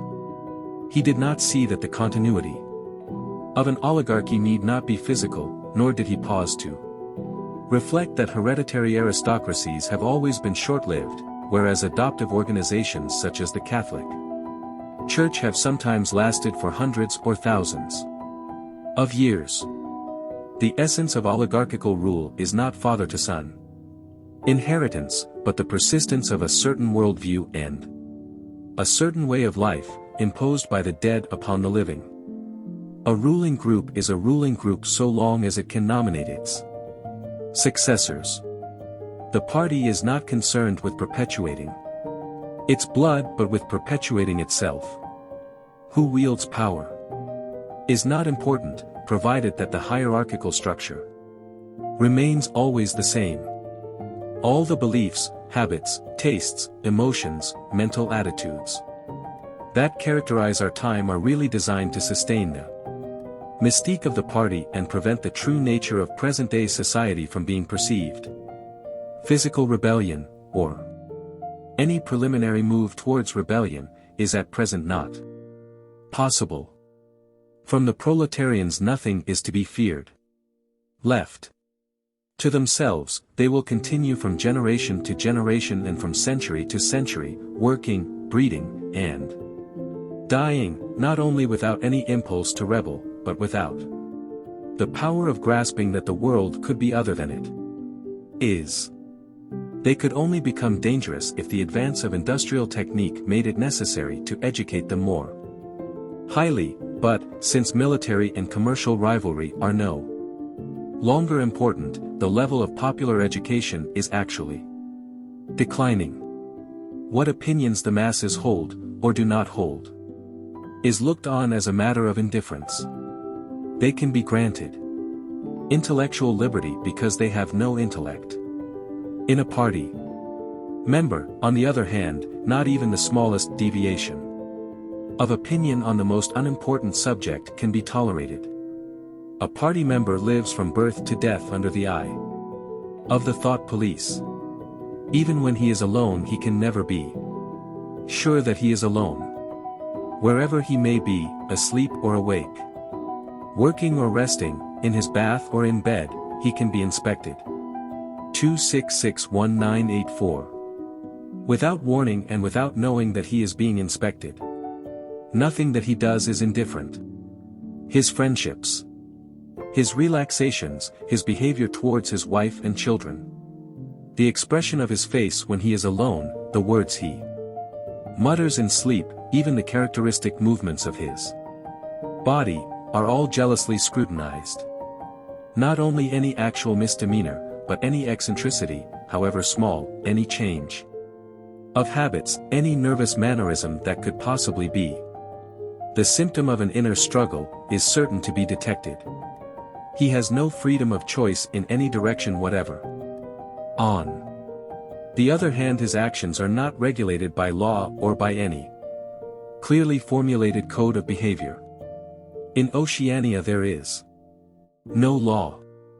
Thoughts and actions which, when detected, mean certain death are not formally forbidden, and the endless purges, arrests, tortures, imprisonments, and vaporizations are not inflicted as punishment for crimes which have actually been committed, but are merely the wiping out of persons who might perhaps commit a crime at some time in the future. A party member is required to have not only the right opinions, but the right instincts. Many of the beliefs and attitudes demanded of him are never plainly stated, and could not be stated without laying bare the contradictions inherent in Ingsoc. If he is a person naturally orthodox, in Newspeak a GOODTHNKR, he will in all circumstances know, without taking thought, what is the true belief or the desirable emotion. But in any case an elaborate mental training, undergone in childhood and grouping itself round the Newspeak words crime stop, black-white, and doublethink, makes him unwilling and unable to think too deeply on any subject whatever. A party member is expected to have no private emotions, And no respites from enthusiasm. He is supposed to live in a continuous frenzy of hatred of foreign enemies and internal traitors, triumph over victories, and self-abasement before the power and wisdom of the party. The discontents produced by his bare, unsatisfying life are deliberately turned outwards and dissipated by such devices as the 2 minutes hate, and the speculations which might possibly induce a skeptical or rebellious attitude are killed in advance by his early acquired inner discipline. The first and simplest stage in the discipline, which can be taught even to young children, is called, in newspeak, crime stop. Crime stop means the faculty of stopping short, as though by instinct, at the threshold of any dangerous thought. It includes the power of not grasping analogies, of failing to perceive logical errors, of misunderstanding the simplest arguments if they are inimical to ingsoc, and of being bored or repelled by any train of thought which is capable of leading in a heretical direction. Crime stop, in short, means protective stupidity. But stupidity is not enough. On the contrary, orthodoxy in the full sense demands a control over one's own mental processes as complete as that of a contortionist over his body. Oceanic society rests ultimately on the belief that Big Brother is omnipotent and that the party is infallible. But since in reality Big Brother is not omnipotent, and the party is not infallible, there is need for an unwearying, moment-to-moment flexibility in the treatment of facts. The keyword here is blackwhit. Like so many 2681984 newspeak words, this word has two mutually contradictory meanings. Applied to an opponent, it means the habit of impudently claiming that black is white, in contradiction of the plain facts. Applied to a party member, it means a loyal willingness to say that black is white when party discipline demands this. But it means also the ability to believe that black is white, and more, to know that black is white, and to forget that one has ever believed the contrary. This demands a continuous alteration of the past, made possible by the system of thought which really embraces all the rest, and which is known in newspeak as doublethink. The alteration of the past is necessary for two reasons, one of which is subsidiary and, so to speak, precautionary. The subsidiary reason is that the party member, like the proletarian, tolerates present-day conditions partly because he has no standards of comparison. He must be cut off from the past, just as he must be cut off from foreign countries, because it is necessary for him to believe that he is better off than his ancestors and that the average level of material comfort is constantly rising. But by far the more important reason for the readjustment of the past is the need to safeguard the infallibility of the party. It is not merely that speeches, statistics, and records of every kind must be constantly brought up to date in order to show that the predictions of the party were in all cases right. It is also that no change in doctrine or in political alignment can ever be admitted. For to change one's mind, or even one's policy, is a confession of weakness. If, for example, Eurasia or East Asia, whichever it may be, is the enemy today, then that country must always have been the enemy. And if the facts say otherwise, then the facts must be altered. Thus history is continuously rewritten. This day-to-day falsification of the past, carried out by the Ministry of Truth, is as necessary to the stability of the regime as the work of repression and espionage carried out by the Ministry of Love. The mutability of the past is the central tenet of ingsoc. Past events, it is argued, have no objective existence, but survive only in written records and in human memories. The past is whatever the records and the memories agree upon. And since the party is in full control of all records, and in equally full control of the minds of its members. It follows that the past is whatever the party chooses to make it. It also follows that though the past is alterable, it never has been altered in any specific instance. For when it has been recreated in whatever shape is needed at the moment, then this new version is the past, and no different past can ever have existed. This holds good even when, as often happens, the same event has to be altered out of recognition several times in the course of a year. At all times the party is in possession of absolute truth, and clearly the absolute can never have been different from what it is now. It will be seen that the control of the past depends above all on the training of memory. To make sure that all written records agree with the orthodoxy of the moment is merely a mechanical act. But it is also necessary to remember that events happened in the desired manner. And if it is necessary to rearrange one's memories or to tamper with written records, then it is necessary to forget that 127011984 has done so. The trick of doing this can be learned like any other mental technique. It is learned by the majority of party members, and certainly by all who are intelligent as well as orthodox. In old speak it is called, quite frankly, reality control. In new speak it is called doublethink, though doublethink comprises much else as well. Doublethink means the power of holding two contradictory beliefs in one's mind simultaneously, and accepting both of them. The party intellectual knows in which direction his memories must be altered.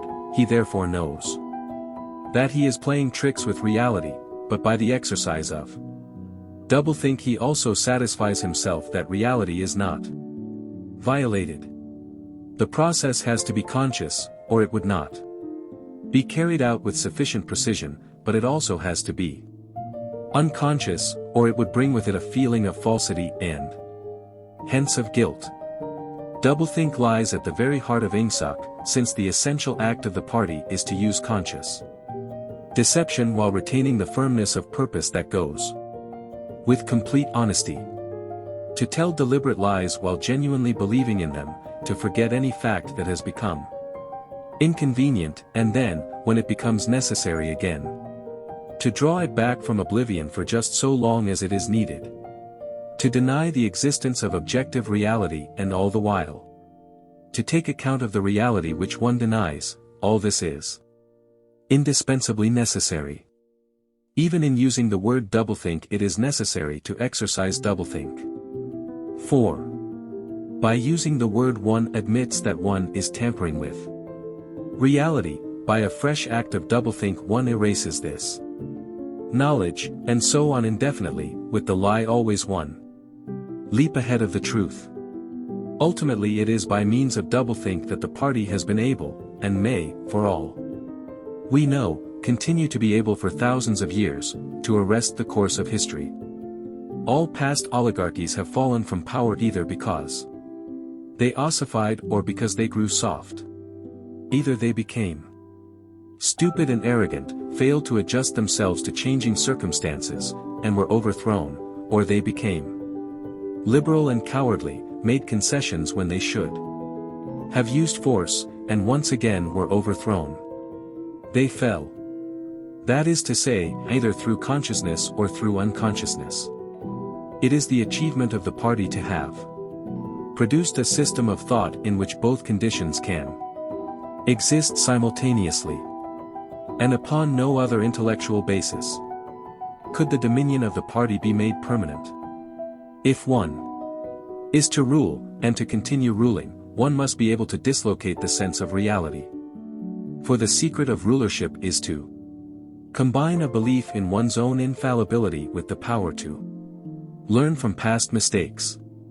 It need hardly be said that the subtlest practitioners of doublethink are those who invented doublethink, and know that it is a vast system of mental cheating.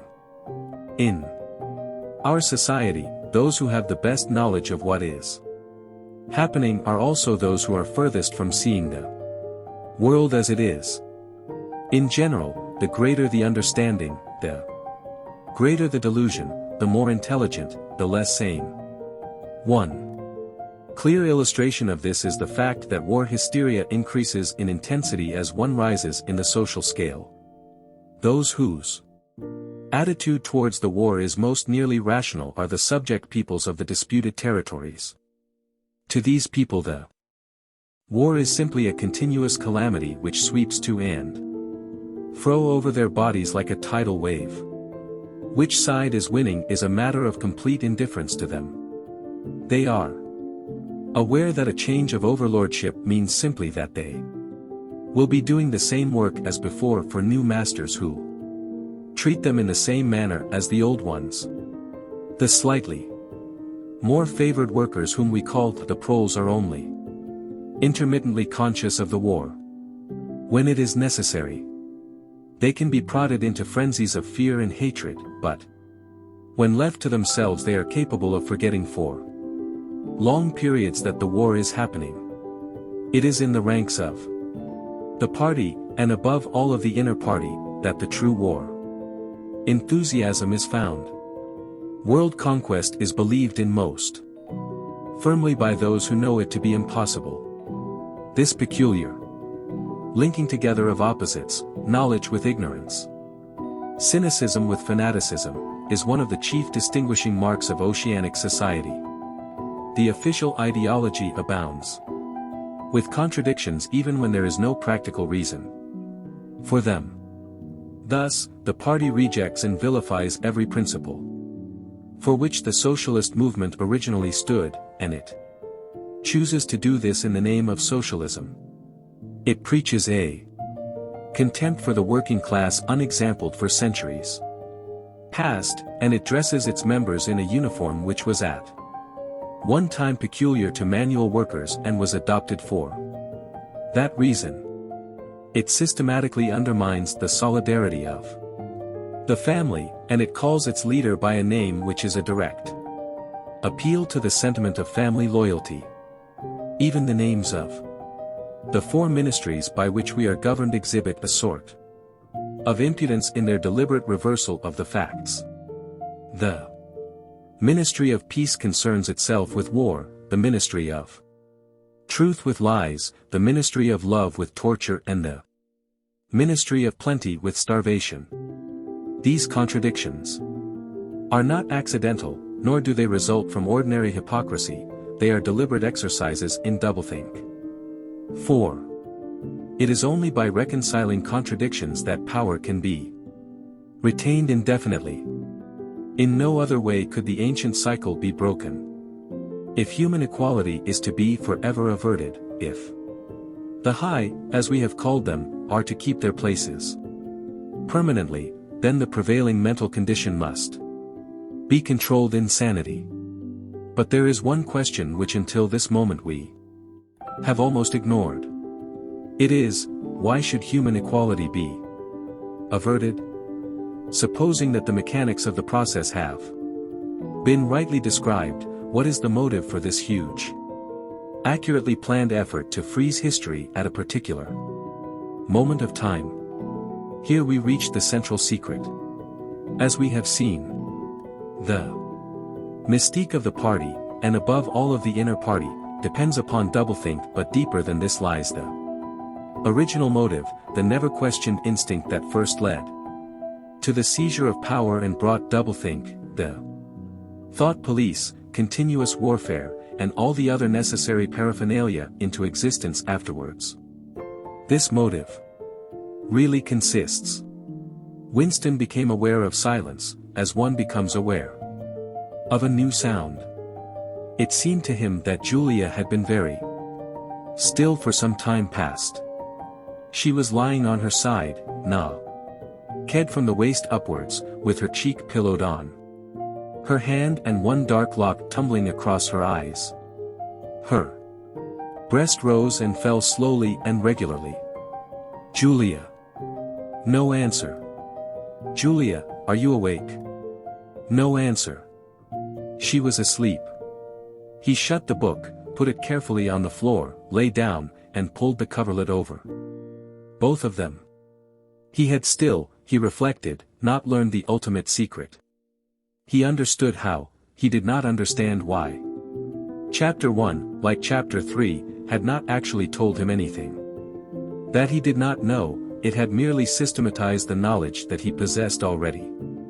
But after reading it he knew, better than before, that he was not mad.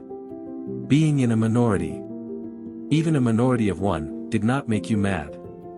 There was truth and there was untruth, and if you clung to the truth, even against the whole world, you were not mad. A yellow beam from the sinking sun slanted in through the window and fell across the pillow. He shut his eyes. The sun on his face and the girl's smooth body touching his own gave him a strong, sleepy, confident feeling. He was safe, everything was all right.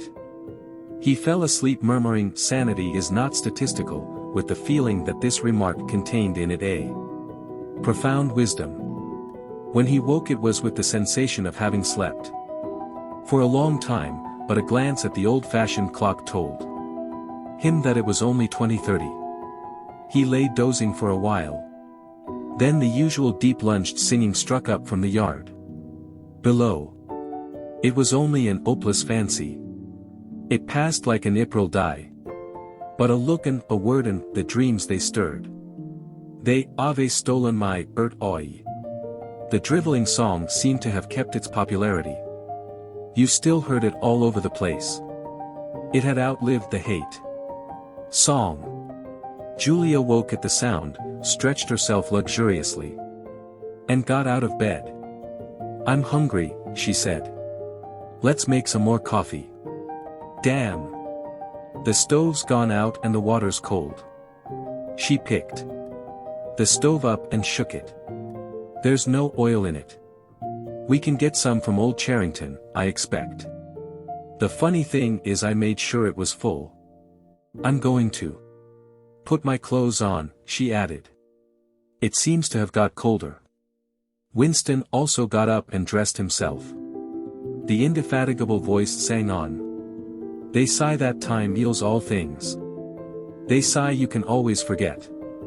But the smiles and the tears acres the years. They twist my heartstrings yet." As he fastened the belt of his overalls he strolled across to the window.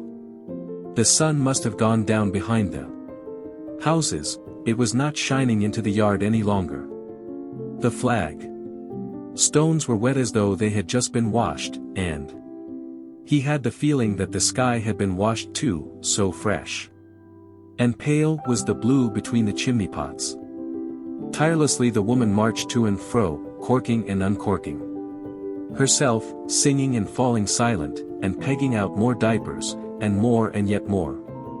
He wondered whether she took in washing for a living or was merely the slave of 20 or 30 grandchildren. Julia had come across to his side.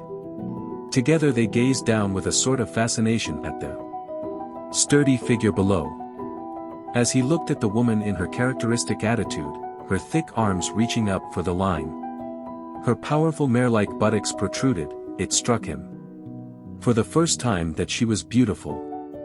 It had never before occurred to him that the body of a woman of 50, blown up to monstrous dimensions by childbearing, then hardened, roughened by work till it was coarse in the grain like an overripe turnip, could be beautiful. But it was so, and after all, he thought, why not? The solid, contourless body, like a block of granite, and the rasping red skin, bore the same relation to the body of a girl as the rose hip to the rose. Why should the fruit be held inferior to the flower? "She's beautiful," he murmured. "She's a meter across the hips, easily," said Julia. "That is her style of beauty," said Winston. He held Julia's supple waist easily encircled by his arm. From the hip to the knee her flank was against his. Out of their bodies no child would ever come. That was the one thing they could never do. Only by word of mouth, from Mind to mind, could they pass on the secret? The woman down there had no mind, she had only strong arms, a warm heart, and a fertile belly. He wondered how many children she had given birth to. It might easily be 15. She had her momentary flowering, a year, perhaps, of wild rose beauty, and then she had suddenly swollen like a fertilized fruit and grown hard and red and coarse, and then her life had been laundering, scrubbing, darning, cooking, sweeping, polishing, mending, scrubbing, laundering, first for children, then for grandchildren, over 30 unbroken years. At the end of it she was still singing. The mystical reverence that he felt for her was somehow mixed up with the aspect of the pale, cloudless sky, stretching away behind the chimney pots into interminable distance. It was curious to think that the sky was the same for everybody, in Eurasia or East Asia as well as here. And the people under the sky were also very much the same, everywhere, all over the world, hundreds of thousands of millions of people just like this, people ignorant of one another's existence, held apart by walls of hatred and lies, and yet almost exactly the same, people who had never learned to think but who were storing up in their hearts and bellies and muscles the power that would one day overturn the world. If there was hope, it lay in the proles. Without having read to the end of the book, he knew that that must be Goldstein's final message. The future belonged to the proles. And could he be sure that when their time came the world they constructed would not be just as alien to him, Winston Smith, as the world of the party? Yes, because at the least it would be a world of sanity. Where there is equality there can be sanity. Sooner or later. 2781984. It would happen, strength would change into consciousness. The proles were immortal, you could not doubt it when you looked at that valiant figure in the yard. In the end their awakening would come. And until that happened, though it might be 1,000 years, they would stay alive against all the odds, like birds, passing on from body to body the vitality which the party did not share and could not kill. Do you remember, he said, the thrush that sang to us that first day, at the edge of the wood? He wasn't singing to us, said Julia. He was singing to please himself. Not even that. He was just singing. The birds sang, the proles sang. The party did not sing. All round the world, in London and New York, in Africa and Brazil, and in the mysterious, forbidden lands beyond the frontiers, in the streets of Paris and Berlin, in the villages of the endless Russian plain, in the bazaars of China and Japan, everywhere stood the same solid, unconquerable figure, made monstrous by work and childbearing, toiling from birth to death and still singing. Out of those mighty loins a race of conscious beings must one day come. You were the dead, theirs was the future. But you could share in that future if you kept alive the mind as they kept alive the body, and passed on the secret doctrine that 2 + 2 make 4. We are the dead, he said. We are the dead, echoed Juliet dutifully. You are the dead, said an iron voice behind them. They sprang apart. Winston's entrails seemed to have turned into ice. He could see the white all round the irises of Julia's eyes. Her face had turned a milky yellow. The smear of rouge that was still on each cheekbone stood out sharply, almost as though unconnected with the skin beneath. You are the dead, repeated the iron voice. It was behind the picture, breathed Julia. It was behind the picture, said the voice. Remain exactly where you are. Make no movement until you are ordered. It was starting at last. They could do nothing except stand gazing into one another's eyes. To run 4. Life, to get out of the house before it was too late, no such thought occurred to them. Unthinkable to disobey the iron voice from the wall. There was a snap as though a catch had been turned back, and a crash of breaking glass. The picture had fallen to the floor, uncovering the telescreen behind it. "Now they can see us," said Julia. "Now we can see you," said the voice. "Stand out in the middle of the room. Stand back to back. Clasp your hands behind your heads. Do not touch one another." They were not touching, but it seemed to him that he could feel Julia's body shaking. Or perhaps it was merely the shaking of his own. He could just stop his teeth from chattering, but his knees were beyond his control. There was a sound of trampling boots below, inside the house and outside. The yard seemed to be full of men. Something was being dragged across the stones. The woman's singing had stopped abruptly. There was a long, rolling clang, as though the washtub had been flung across the yard, and then a confusion of angry shouts which ended in a yell of pain. "The house is surrounded," said Winston. "The house is surrounded," said the voice. He heard Julia snap her teeth together. "I suppose we may as well say goodbye," she said. "You may as well say goodbye," said the voice. And then another quite different voice, a thin, cultivated voice which Winston had the impression of having heard before, struck in. "And by the way, while we are on the subject, here comes a candle to light you to bed, here comes a chopper to chop off your head." Something crashed onto the bed behind Winston's back. The head of a ladder had been thrust through the window and had burst in the frame. Someone was climbing through the window. There was a stampede of boots up the stairs. The room was full of solid men in black uniforms, with iron-shod boots on their feet and truncheons in their hands. Winston was not trembling any longer. Even his eyes he barely moved.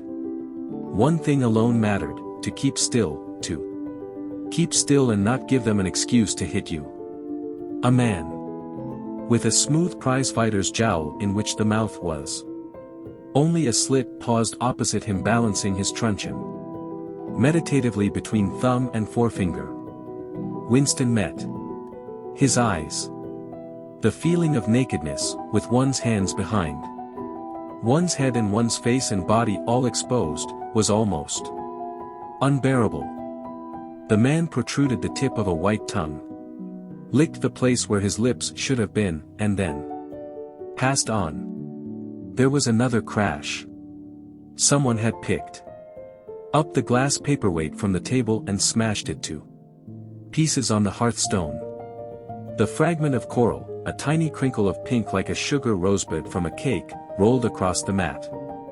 How small, thought Winston, how small it always was. There was a gasp and a thump behind him, and he received a violent kick on the ankle which nearly flung him off his balance. One of the men had smashed his fist into Julia's solar plexus, doubling her up like a pocket ruler. She was thrashing about on the floor, fighting for breath. Winston dared not turn his head, even by a millimeter, but sometimes her livid, gasping face came within the angle of his vision. Even in his terror it was as though he could feel the pain in his own body, the deadly pain which nevertheless was less urgent than the struggle to get back her breath. He knew what it was like, the terrible, agonizing pain which was there all the while but could not be suffered yet, because before all else it was necessary to be able to breathe. Then two of the men hoisted her up by knees and shoulders, and carried her out of the room like a sack. Winston had a glimpse of her face, upside down, yellow and contorted, with the eyes shut, and still with a smear of rouge on either cheek, and that was the last he saw of her. He stood dead still. No one had hit him yet. Thoughts, which came of their own accord but seemed totally uninteresting, began to flit through his mind. He wondered whether they had got Mr. Charrington. He wondered what they had done to the woman in the yard. He noticed that he badly wanted to urinate, and felt a faint surprise, because he had done so only 2 or 3 hours ago. He noticed that the clock on the mantelpiece said 9, meaning 21. But the light seemed too strong. Would not the light be fading at 21 hours on an August evening? He wondered whether after all he and Julia had mistaken the time, had slept the clock round and thought it was 20:30 when really it was not 8:30 on the following morning. But he did not pursue the thought further. It was not interesting. There was another, lighter step in the passage. Mr. Charrington came into the room.